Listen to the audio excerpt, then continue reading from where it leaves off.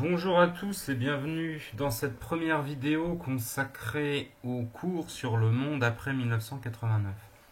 Alors 1989, date charnière dans l'histoire du XXe siècle puisque c'est la date de la fin de la guerre froide. L'URSS s'effondrera officiellement 2 ans après, en 1991, mais je ne reviendrai pas là-dessus. Alors je voudrais commencer cette vidéo par cette photographie. Cette photographie, qu'est-ce qu'elle nous montre? Eh bien, elle nous montre une file d'attente, longue, très longue, devant un magasin, une chaîne de fast-food que vous avez reconnue, donc je n'ai pas besoin de nommer. Eh bien, nous sommes fin 1990 à Moscou, et vous voyez que des milliers de moscovites font des heures de queue pour acheter un Big Mac ou un burger quelconque dans un McDo, le premier qui a ouvert dans ce qu'était l'Union soviétique et dans ce qu'était un pays communiste. Donc ça vous montre bien la victoire totale des Américains sur les Soviétiques durant la guerre froide. Alors je commence par cette image parce qu'on terminera, vous verrez, par une autre image de McDo, mais là, il ne s'agira pas d'une inauguration. Mais je n'en dis pas plus. Alors, on va voir aujourd'hui comment dans les années 90 le monde est dominé par les États-Unis. Donc 89, 91, guerre froide, je reviens pas là-dessus. Ce qui m'intéresse, c'est ça. 1990-1991, la guerre du Golfe. Alors, avant de vous parler de ça, on va voir pourquoi, durant les années 90, le monde est dit unipolaire. Rappelez-vous qu'avant, pendant la guerre froide, le monde était bipolaire. Bipolaire quand il y a deux pôles, deux puissances qui s'opposent. Ou en tout cas, qui sont rivales. Là, c'était l'URSS et les États-Unis, le bloc de l'Est, le bloc de l'Ouest, etc. Tout ça est terminé avec l'effondrement de l'Union soviétique. Donc il y avait deux pôles, il y en a un qui s'effondre. Logiquement, 2 moins 1 égale 1. Vous avez réussi à faire ce calcul de tête, je n'en doute pas. Et le pôle qui reste, ce sont les États-Unis. États-Unis qui sont sans aucun rivaux. C'est pour ça qu'on parle à cette époque-là d'hyperpuissance américaine, parce qu'il n'y a aucun pays au monde qui peut rivaliser avec eux. Et d'ailleurs, on raconte même que même si tous les pays du monde s'étaient alliés, en tout cas avaient mis leurs armées en commun, ça n'aurait pas suffi à battre l'armée américaine tellement elle était puissante. Alors vous constatez une chose sur cette carte, c'est que, bon, si l'URSS s'est effondré, et avec l'URSS le pacte de Varsovie, eh bien, l'OTAN, elle, n'a pas été supprimée. Vous voyez ici, là, en bleu clair, tout ça sont des pays qui sont membres de l'OTAN. Ce qui signifie que l'alliance militaire dominée par les États-Unis, l'organisation du traité de l'Atlantique Nord, existe toujours et qu'elle survit à la guerre froide.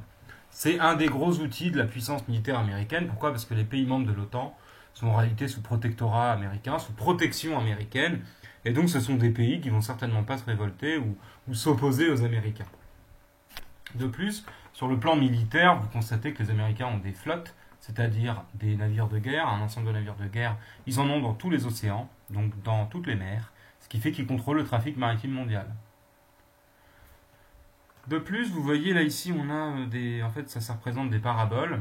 Ils ont un réseau de paraboles dans le monde entier qu'on appelle le système échelon, qui leur permet d'écouter toutes les conversations et tous les messages téléphoniques, mais pas que, Internet aussi, qui sont envoyés, échangés à travers le monde. Alors Internet n'existe pas à l'époque, on est bien d'accord. Enfin, c'est pas Internet grand public, ça commence à exister, mais on n'en parle pas trop à cette époque-là.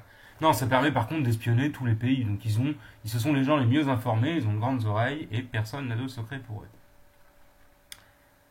Vous pouvez constater aussi, les ronds bleus, ce sont des bases militaires américaines. Donc ils ont des bases en Europe, au Moyen-Orient, en Asie. Bref, là où le monde, dans les grands centres économiques vitaux pour le monde. Alors, vous voyez ici Koweït 1991, on va voir les interventions militaires américaines depuis 89.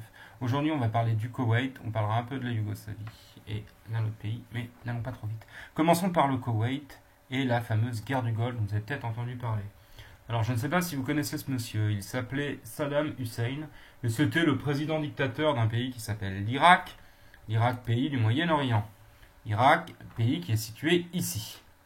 Alors, Saddam Hussein a eu la mauvaise idée en 1990 d'envahir un tout petit pays à côté qui s'appelle le Koweït. Pourquoi il a envahi ce pays? Parce qu'il y avait beaucoup de pétrole au Koweït, il y en avait plein en Irak, mais Saddam Hussein voulait plus de pétrole et en fait les Irakiens avaient toujours considéré que le Koweït c'est vraiment un confetti, que ça devait leur appartenir, que ça faisait partie de leur territoire traditionnel. Ce sont des pays le Koweït sont des pays, comment dire, c'est un pays qui a été découpé par les Occidentaux tracé sur une carte de façon arbitraire. C'est pas un pays très ancien. Mais bon, ça ne justifie pas l'agression irakienne. En attendant, Saddam Hussein va attaquer le Koweït. Il va l'envahir. Facile. On raconte à l'époque que Saddam a la 4e armée du monde, 3 ou 4e, qu'il est extrêmement puissant, extrêmement menaçant. Donc les Américains vont intervenir pour chasser les Irakiens du Koweït et pour protéger évidemment tout le pétrole du Moyen-Orient. Alors pour ça, ils vont faire une énorme coalition, c'est-à-dire que vous voyez tous les pays en couleur là, et bien c'est simple, tous ces pays vont s'allier avec les États-Unis pour ce qu'on appelait la première guerre du Golfe. Première guerre du Golfe, à l'issue de laquelle le président Bush, président américain à l'époque, qui succède à Ronald Reagan, dira avec cette guerre, ce qu'on va faire triompher en battant, là, en écrasant, on va intervenir en Irak pour empêcher un pays d'en agresser un autre, eh ben, on va se comporter comme les gendarmes du monde et on va fonder un nouvel ordre mondial. C'est-à-dire que, après l'ordre de la guerre froide où il y avait 2 systèmes rivaux, là, le président Bush dira on va fonder un nouvel ordre mondial basé sur le droit, l'ONU, les institutions, le marché, la propriété privée, la démocratie. Écoutons-le. We have before us the opportunity to forge for ourselves and for future generations a new world order, a world where the rule of law, not the law of the jungle, governs the conduct of nations. When we are successful, and we will be, we have a real chance at this new world order, an order in which a credible United Nations can use its peacekeeping role to fulfill the promise and vision of the UN's founders. Donc, les Américains disent on intervient en Irak, au Koweït pour chasser les Irakiens qui ont agressé de façon illégale un pays pour l'envahir. Il s'agit d'établir un monde basé sur la coopération, le droit, pas la loi de la jungle. La loi de la jungle, rappelez-vous, hein, c'est le plus fort écrase le plus faible.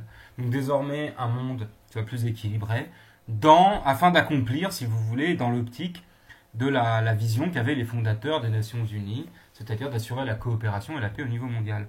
Donc dans les années 90, les Américains se voient comme les gendarmes du monde et comme ceux qui vont installer un monde où l'économie de marché, le droit, etc., la démocratie, qui ne sont pas des choses sans intérêt quand même, où toutes ces choses-là seront respectées, et ce sera aux Américains, ils se donnent une vision un peu messianique, c'est-à-dire une vision de réorganiser le monde pour produire un nouvel ordre mondial, d'accord, pacifique et équilibré. Tout ceci avec leurs alliés. Et comme ils n'ont pas de rivaux, ils se disent que c'est à eux de le faire. Alors ils vont intervenir en Irak en janvier 1991, Irak et Koweït, hein, ils vont écraser l'armée irakienne très très rapidement. Alors je vous passe ce détail, ils vont bombarder Bagdad, la capitale, ils vont intervenir à terre. Ici, vous voyez, là, je vous ai dit que c'est un confetti, le Koweït, vous voyez, là on a les frontières de l'Irak, les frontières du Koweït. Ils vont intervenir, ils tireront des missiles, d'ailleurs, c'est une démonstration de puissance militaire sans commune mesure, parce qu'on n'a pas eu de conflit aussi puissant pour les Américains depuis la guerre du Vietnam. Et là, le monde entier assiste à leur supériorité écrasante. Ils ont de leur flotte, ils peuvent tirer des missiles très précis à des centaines, des milliers, vous voyez, des milliers de kilomètres de distance. Ils interviennent dans les airs avec des bombardements, ils interviennent au sol, bref, ils écrasent l'armée irakienne. Ils chasseront pas Saddam Hussein, il restera au pouvoir, je vous en parlerai dans un autre cours, et ils vont s'imposer vraiment comme la puissance militaire. Ce qui est passionnant, c'est que 91, en plus, c'est l'année où l'Union soviétique cesse d'exister, c'est-à-dire que les Russes ne vont même pas jouer un rôle dans cette histoire. Quelques années avant, les soviétiques auraient pu dire on prend le parti de l'un ou l'autre. Hein. Non, là, le monde réalise que les Américains tout seuls peuvent faire absolument ce qu'ils veulent et qu'ils sont imbattables et invincibles. Alors vous voyez ici, en plus, cette guerre, il faut que vous compreniez une chose, c'est qu'elle va avoir lieu sous l'œil des caméras. C'est-à-dire que tout le monde va découvrir à l'époque CNN, qui est la grande chaîne d'information, c'est la première grande chaîne d'information continue, comme on est aujourd'hui, une chaîne d'infos en live permanent. Et donc, le monde est rivé devant son écran et voit les images que transmet CNN. Alors là, vous voyez pas grand-chose. Moi non plus, c'est normal, c'est des trucs pris à la caméra infrarouge qui vous montrent les images de combats nocturnes. Et en fait, le monde ne verra rien d'autre quasiment que ces images, parce que les Américains vont incroyablement contrôler l'information. Et en fait, pour la première fois, on réalise que les Américains font et disent absolument ce qu'ils veulent et ont vraiment une puissance sans rivaux. D'accord ? Alors voici une caricature de l'époque, on voit Saddam Hussein à terre avec le président Bush qui a planté son drapeau. Et finalement, cette guerre du Golfe, là on a deux personnages qui disent que j'aime dans les films américains, c'est que les vilains sont toujours punis. c'est présenté comme effectivement, quasiment comme un film. Pourquoi? Parce qu'elle a été filmée et mise en scène, cette guerre du Golfe, que les Américains se battaient pour défendre la veuve et l'orphelin, même si comment dire, le chef d'État du Koweït était un dictateur, bon, peu importe, hein, là-dessus, c'est pas le problème, mais ils vont raconter une histoire qui est l'Amérique défend pour protéger les petits, les faibles, la paix, et effectivement, l'Amérique est sûre d'elle-même et victorieuse. Alors voyons quand même, je vous ai montré je vais vous mettre une petite archive qui montre comment ce sont des journalistes télé qui reviennent sur le traitement des journalistes durant cette guerre. Parce qu'effectivement, tous les correspondants, les journalistes étrangers qui voulaient suivre la guerre du Golfe, et ben en fait étaient dépendants des informations données par l'armée américaine. Et en fait, on réalise que là, c'est une des premières guerres où la presse, en fait, ne peut diffuser que les images qu'on lui donne. Il n'y a pas Internet, il n'y a pas de smartphone à l'époque. Il faut bien que vous compreniez ça. C'est-à-dire que les Iraniens ne peuvent pas produire des images et les envoyer. Il y a les photos prises et autorisées par les Américains, et puis c'est tout.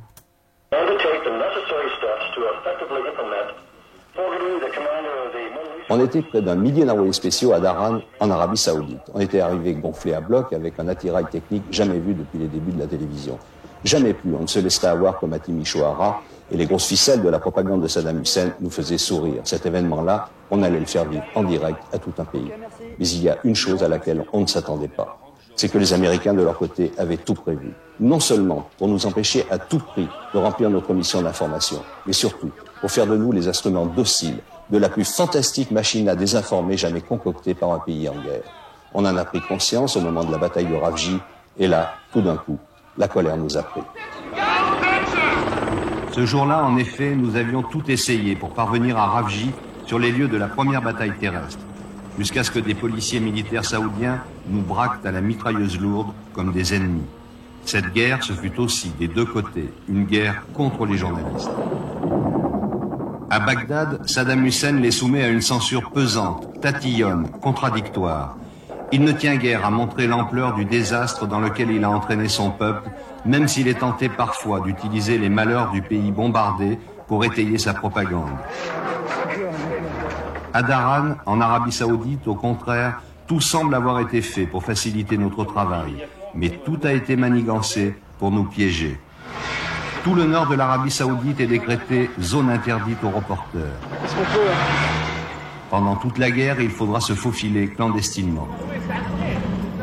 Création d'un pool de guerre réservé exclusivement aux grands médias américains, des journalistes aux ordres dont les œuvres soigneusement passées à la moulinette de la censure militaire seront gracieusement offertes aux rédactions du monde entier.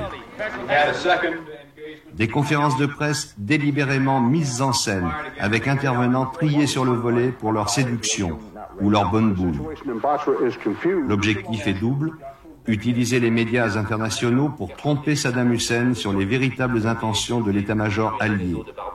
Et surtout, neutraliser les opinions publiques, leur donner l'illusion d'un grand jeu stratégique, dont les projectiles intelligents ne font mouche que sur des cibles militaires, tout en évitant soigneusement de faire couler le sang.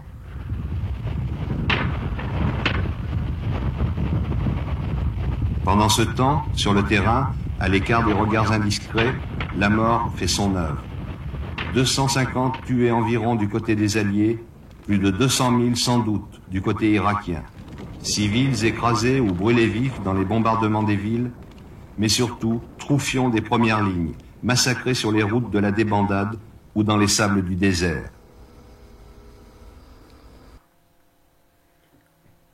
Alors oui, cette guerre, c'est une guerre où les Américains ont retenu les leçons de la guerre du Vietnam. Au Vietnam, le monde avait pu voir les horreurs commises sur les populations civiles, et là non.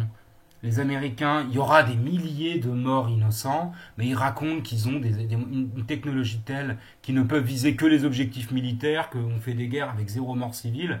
Bref, que c'est la guerre dont on rêve, c'est-à-dire la guerre où il n'y a que les méchants qui meurent. La réalité est évidemment tout autre. Alors cette guerre du Golfe, effectivement, elle stupéfait le monde entier. L'année où elle se déroule, 1991, c'est l'année où vont éclater une autre série de guerres, alors pas très loin d'ici, en Yougoslavie. Alors vous vous souvenez, la Yougoslavie, c'était ce pays d'Europe centrale, entre l'Italie, la Bulgarie, la Roumanie, la Hongrie, bord de la mer Adriatique, qui était un pays non aligné. C'est à Belgrade qu'on avait accueilli la conférence des non alignés. C'était un pays soviétique fondé par le maréchal Tito. Et comme vous le voyez sur cette série de cartes extrêmement simple et claire, la Yougoslavie, c'est très compliqué. Alors pourquoi est-ce que c'est compliqué ? Bon, vous avez l'impression d'avoir un grand pays stable. En réalité, vous avez plusieurs républiques qui sont unies les unes avec les autres. Alors voyons un peu. Ici, chaque couleur vous montre là où les peuples sont majoritaires. Je n'ai pas dit totalement dominants. La Yougoslavie, c'est dans les Balkans. Ce qu'on appelle la poudrière des Balkans, rappelez-vous, le XXe siècle, a commencé à Sarajevo. Et il va presque se terminer aussi là-bas. On va voir pourquoi. Dans ces différentes républiques, alors la Slovénie, la Croatie, la Bosnie-Herzégovine, la Serbie, le Monténégro, la province autonome du Kosovo ou la Macédoine, tous ces ensembles, d'accord, c'est comme des régions ou des États qui sont assemblés, puisque la Yougoslavie était une union, une fédération, et bien vous avez des peuples. Alors ces peuples, ils parlent quasiment tous la même langue. En tout cas, les Croates, les Serbes et les Bosniaques, ils parlent une seule langue qu'on appelle le serbo-croate. Ils n'ont pas les mêmes religions. Et ils n'ont pas les mêmes traditions. Ils n'ont pas toujours vécu ensemble.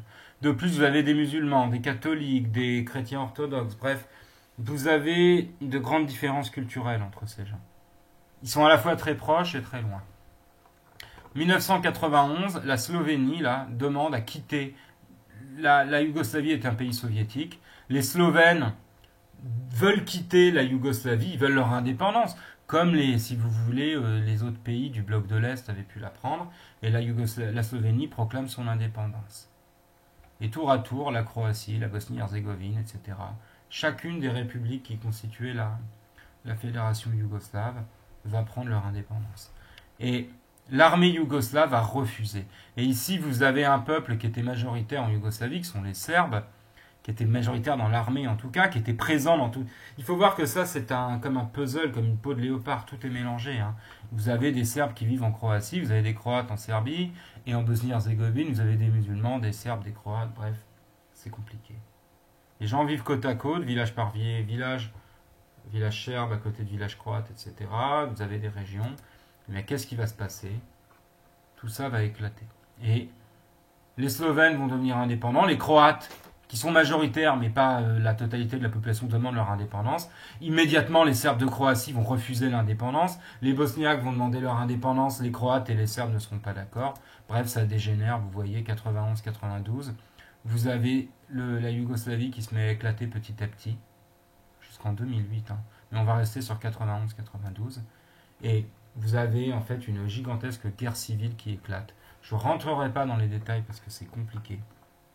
Mais retenez qu'entre 1991 et 1995, c'est très simple. Vous avez l'armée serbe et l'armée croate qui s'affrontent. Et puis vous avez des milices. C'est-à-dire que vous avez des gens qui ont pris les armes au sein de chaque pays. Et qu'en fait, ils s'attaquent, ils s'envahissent. Il y aura le siège de Sarajevo qui sera fait. La ville sera bombardée pendant quasiment plus d'1 an. Les civils seront pris à part. L'ONU enverra les casques bleus. Alors les casques bleus, c'est des soldats qui n'ont pas le droit de se servir de leurs armes. Ils sont là pour faire du maintien de la paix.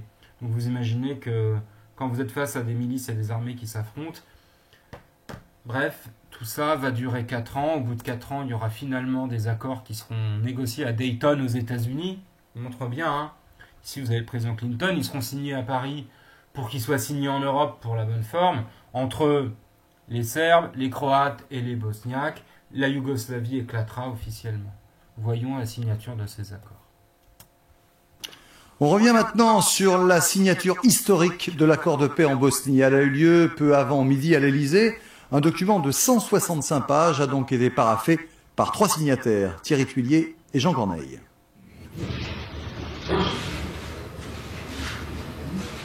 C'est la paix, c'est signé, mais ce matin, elle s'est conclue sobrement, sans effusion dans la salle des fêtes de l'Elysée. Et après quelques secondes d'hésitation, c'est le Croate Tudjman, le premier, qui va à la rencontre de son ennemi d'hier, le Serbe Milosevic, puis c'est au tour du Bosniaque Izetbegovic de serrer la main du président yougoslave. Il leur faut désormais dépasser 4 ans d'une guerre sans merci, et ce ne sera pas le plus facile, tant cette paix et ses gestes de réconciliation apparaissent fragiles. L'espérance qui se lève pour tous les peuples de l'ancienne Yougoslavie n'effacera certes pas les 200 000 morts du conflit. Le conflit le plus meurtrier que l'Europe ait connu depuis la Seconde Guerre mondiale. Le rétablissement durable de la paix incombera d'abord aux États et aux communautés de la région. Et j'appelle les responsables à tourner définitivement la page de la guerre et de la haine. Je les invite à écrire ensemble, en hommes d'État et en hommes de paix, le chapitre de la réconciliation. Son Excellence, Monsieur Alija Izetbegović, président de la Cette paix, République... une potion amère, souligne quelques instants plus tard le président bosniaque Izetbegović. Il faut encore la mettre en œuvre. Sur le principe de l'équité, lui répondra Slobodan Milosevic, l'homme fort de Belgrade. Avant que Franjo Tudjman rappelle aux Serbes qu'il leur faut rendre très vite la partie du territoire croate qu'ils occupent toujours dans l'est du pays. Ce matin, la paix a donc été signée, c'est vrai, mais tout reste à faire. Ces guerres de Yougoslavie donc, se terminent en 95. Je vous ai dit, je ne rentrerai pas dans le détail parce que c'est compliqué. J'essaierai de vous trouver une vidéo à mettre en descriptif pour ceux qui veulent aller plus loin. Normalement, vous vous êtes dit, tiens, bon, le président Chirac a parlé, 95, ah oui, on est 3 ans après Maastricht, l'Union Européenne existe. Est-ce que l'Europe aurait pas pu faire cette paix? Mais non, l'Europe n'a pas été capable de s'allier, de se mettre d'accord. Ce sont les Américains, finalement, qui ont encore été faire la paix là. Donc, vous voyez toujours les gendarmes du monde. Ils interviennent, et quand ils n'interviennent pas, c'est le drame. Alors, si vous voulez voir un peu ce qu'ont été ces guerres, là, je vous recommande une BD de quelqu'un qui s'appelle Joe Sacco, qui est un journaliste maltais, qui fait des BD reportages. Il est journaliste et en fait, il se met en scène en bande dessinée. C'est vraiment génial, vous pouvez lire tout ce qu'il a fait. C'est lui qu'il faut lire pour comprendre ce cours-là. Il est reporter de guerre, il a couvert un grand nombre de conflits.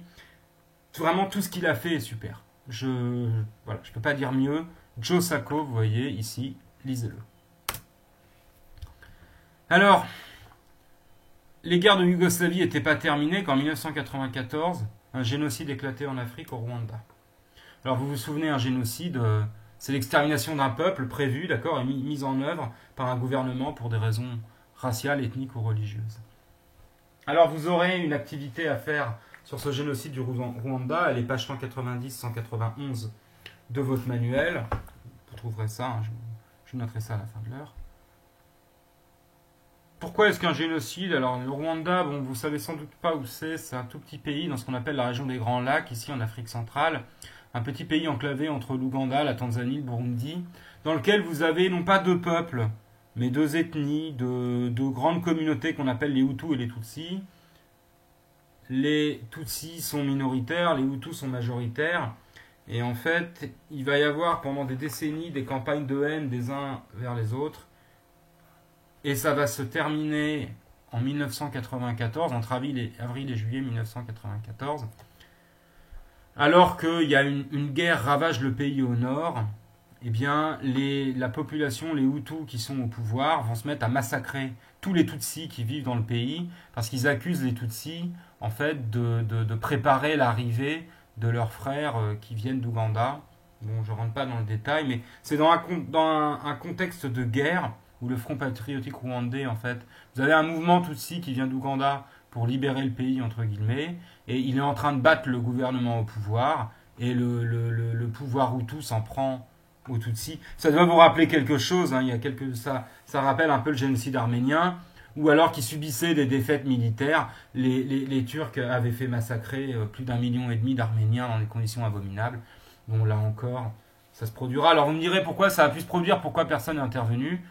Eh bien parce que personne n'a voulu intervenir, ou on a intervenu beaucoup trop tard. Il y a eu une intervention française, notamment de juin à août 1994, mais le gros des massacres avait été fait.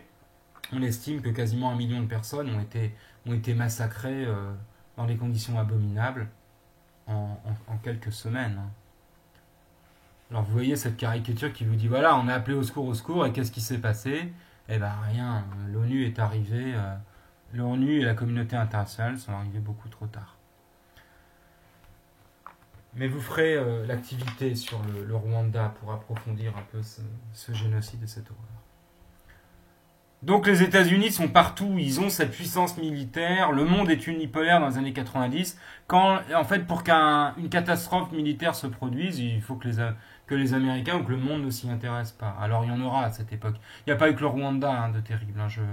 Je passe sur les différents conflits et les différentes horreurs qu'il y a pu avoir, mais les Américains, lorsqu'ils interviennent, essayent de mettre fin au conflit, même si parfois ils les ont quand même bien provoqués.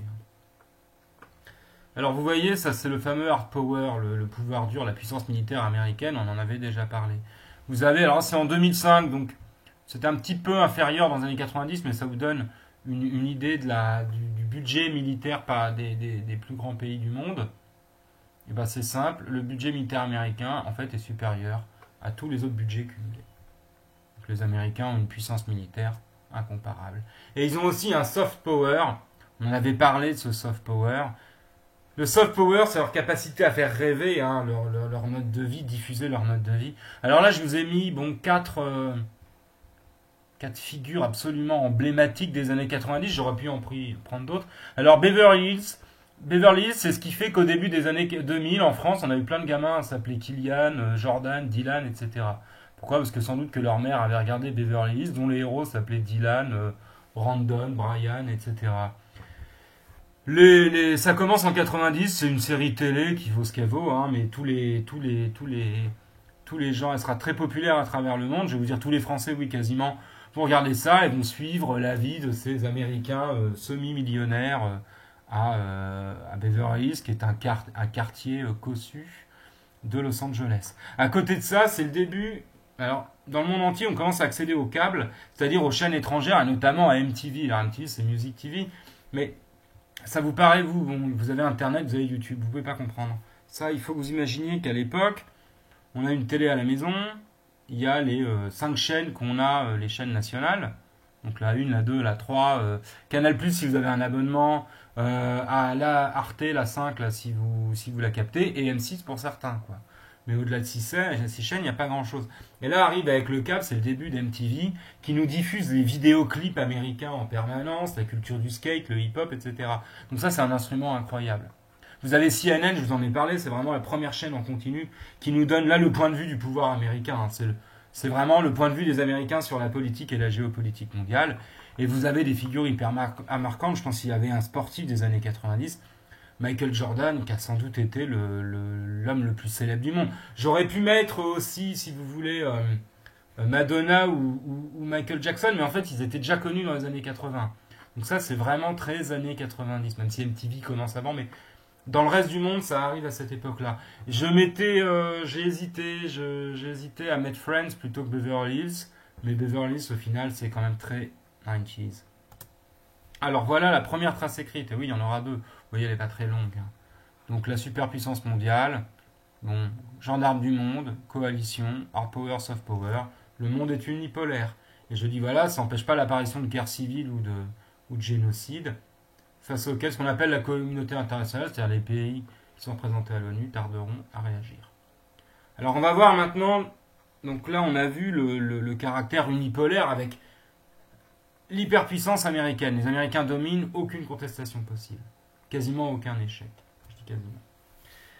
Les années 90 sont aussi les années de la mondialisation triomphante. En anglais, globalization. Alors la mondialisation, vous en avez déjà entendu parler l'an dernier, rappelez-vous, c'est le fait que désormais les échanges se font au niveau mondial et les produits sont fabriqués, produits, échangés, conçus, diffusés à l'échelle du monde. Alors ça se traduit par ces marques qui sont des marques mondialisées, hein, qu'il s'agisse de nourriture, de boissons, d'informatique, etc.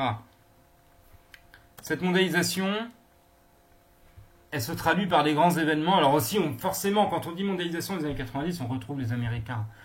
En 94, ils organisent la Coupe du Monde de foot. Il faut bien voir que s'il y a bien un pays occidental qui n'est pas un pays de football au sens de soccer, c'est-à-dire de balle au pied, ce qu'on appelle nous le foot, ce sont les États-Unis.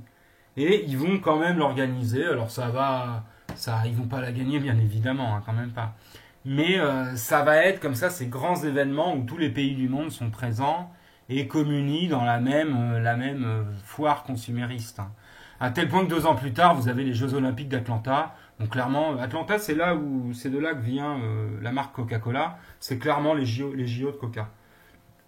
C'est pas abusif de le dire, hein, c'est vraiment les grandes marques américaines. Et comprenez bien, c'est le moment où les JO et les Coupes du Monde de foot deviennent un truc où la présence des marques et du merchandising est absolument colossale. Donc, dans le sillage de la puissance américaine, on a cette mondialisation. C'est le moment où, dans le monde entier, alors il y avait déjà des McDo en France dans les années 80, mais c'est vraiment dans les années 90 qu'on va en construire absolument partout. Vous avez ces grandes enseignes, alors c'est pas américain Virgin, je sais, c'est anglais, mais ça appartient à la même sphère. On va avoir les megastores qui vont apparaître en France, ça c'est Virgin de Paris. Vous aurez ces restos américains comme le Planet Hollywood, bref, ces chaînes. Vous avez ce moment où le monde commence à adopter les mêmes standards de consommation. C'est le moment aussi des grands traités de libre-échange.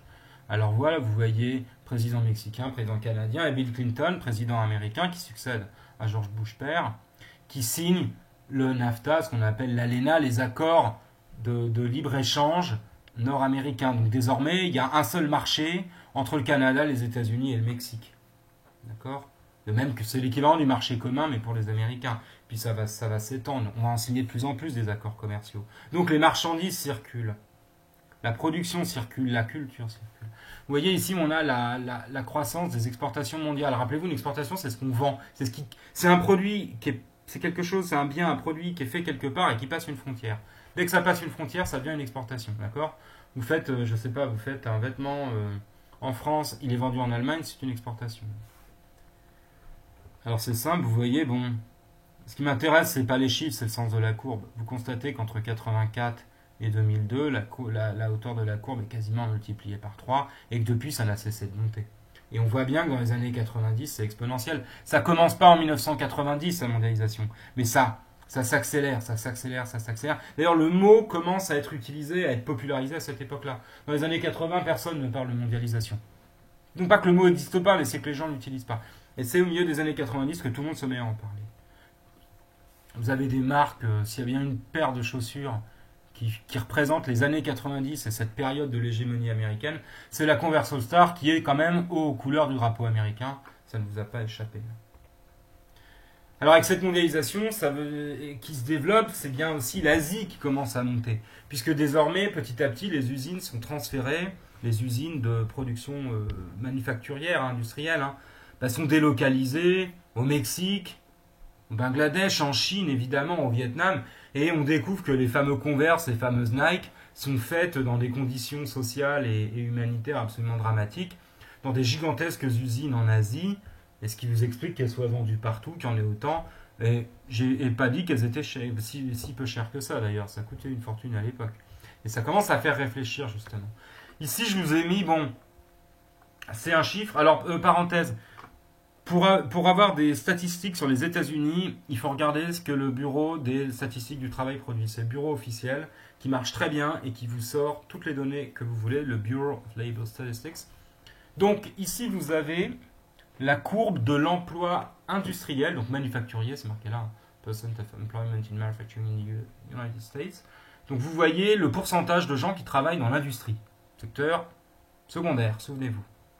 Et bien c'est simple, ça commence dès les années 70 à baisser, les années 80 ça s'accentue, et ça continue, ça continue, ça continue.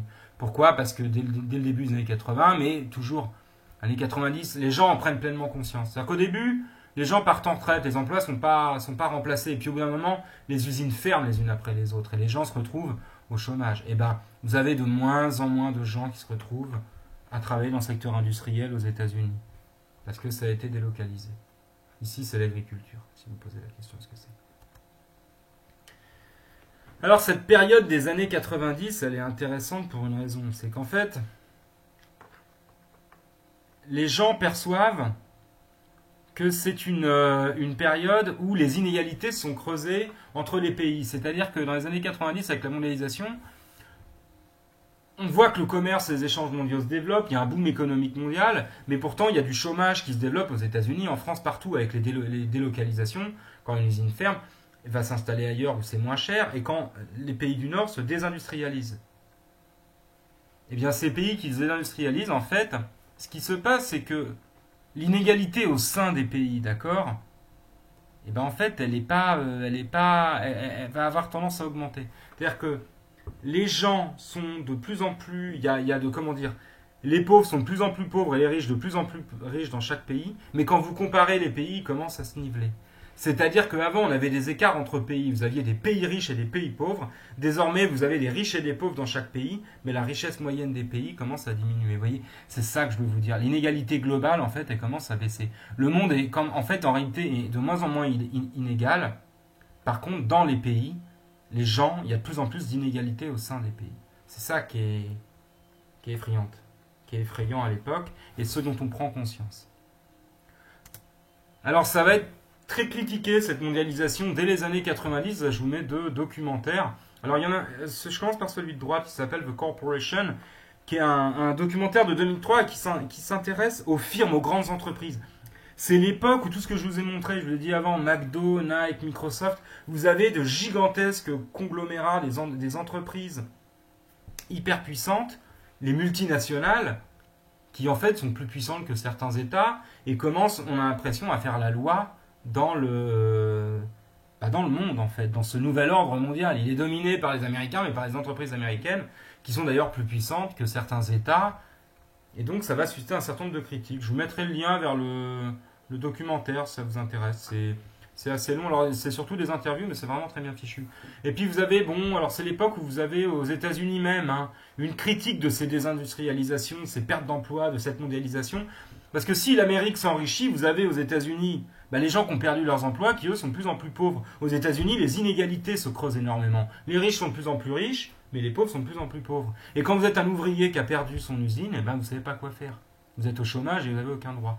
Alors vous avez un documentaire de 1999, je crois, ou 98, qui est fait par un type qui s'appelle Michael Moore, qui avait fait un documentaire avant, en 89, 10 ans plus tôt, sur les fermetures d'industries dans la ville où il vivait, et qui a fait un documentaire qui s'appelle The Big One. Alors Michael Moore se met en scène, c'est-à-dire qu'il se filme, et et dans The Big One, il traverse les États-Unis, il rencontre des gens qui ont perdu leur boulot, et en fait, il va interviewer des grands patrons en leur disant, ça vous fait rien d'avoir mis 10 000 personnes au chômage ici pour faire bosser des enfants de dollars. Enfin, il y a un ton assez rigolo, mais je sais pas si ça a bien ou mal vieilli, mais à l'époque, c'était très marquant. Alors, je mets la bande-annonce, on va la regarder parce que ça dit des choses sur ce climat de contestation qui apparaît aussi à partir du milieu des années 90 par rapport à cette mondialisation-là.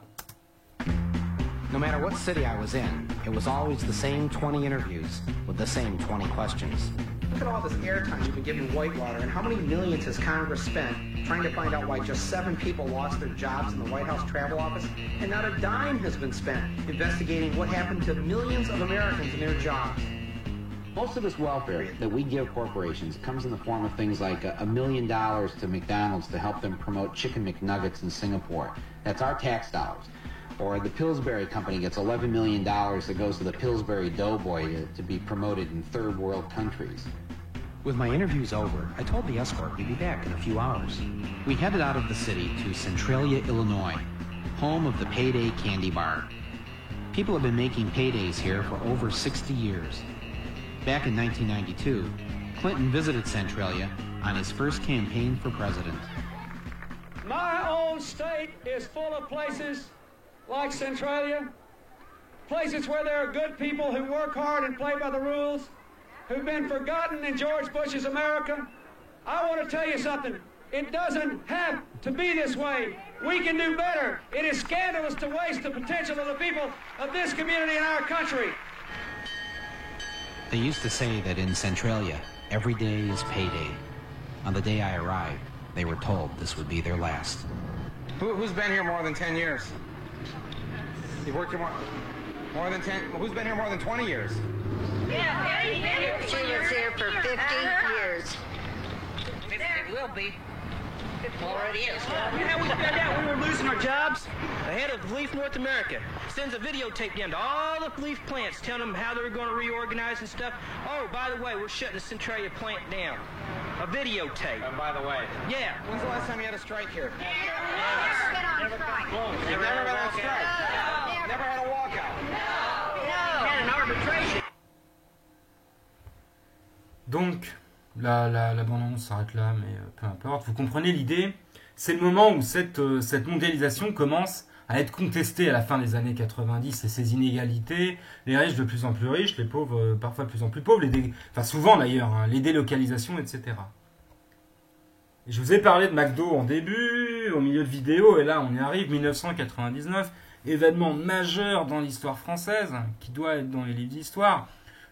On est à Millau, dans l'Aveyron, alors espace de faible densité absolue, hein, d'accord, c'est vraiment là, en pleine diagonale du vide, sur le plateau du Larzac, dans la ville de Millau, dans ce qui était sans doute le dernier réduit du petit village gaulois, un McDo va être installé.